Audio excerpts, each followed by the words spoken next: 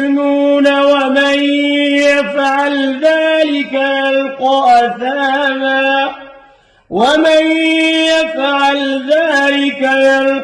أثاما يضاعف له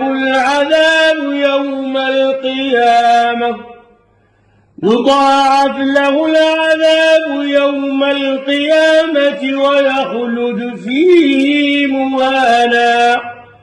ثم فتح لهم باب التوبة ويخلد إلا من تاب وآمن وعمل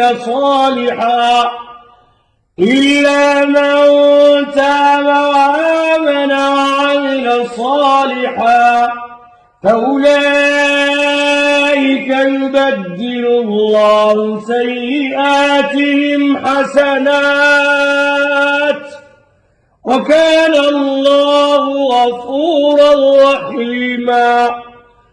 ومن تاب وعمل صالحا فإنه يتوب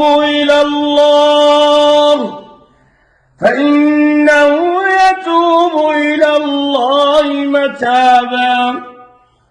والذين لا يشهدون الزور وإذا مروا باللغو مروا كراما. والذين إذا ذكروا بآيات ربهم لم يخروا عليها صما وعميانا. والذين يقولون ربنا هب لنا من أزواجنا وذرياتنا قرة أعين واجعلنا للمتقين إماما. أولئك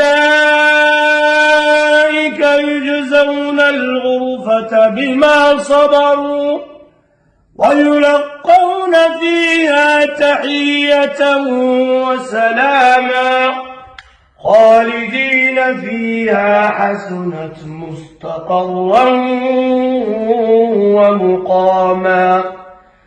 قل ما يعبأ بكم ربي لولا دعاؤكم فقد كذبتم فسوف يكون لزاما. صلوا على رسول الله.